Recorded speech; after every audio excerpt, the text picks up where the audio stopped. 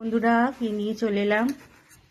এটা হচ্ছে সয়াবিনের চপ, এটা চপ আলুর চপ, আর এটা হচ্ছে পেঁয়াজি। আমি এটাকে মুড়ির সাথে মেখে নিলাম।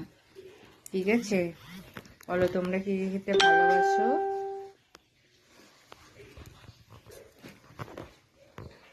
আমি তো খাচ্ছি। সন্ধ্যাবেলা খুব খিদে পেয়েছো।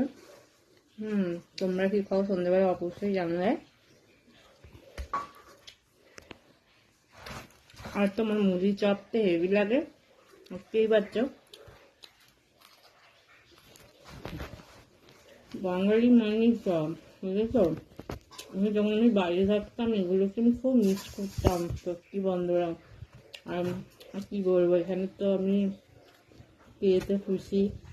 চলো তোমরা খাও, টাটা বাই, গুড ইভিনিং।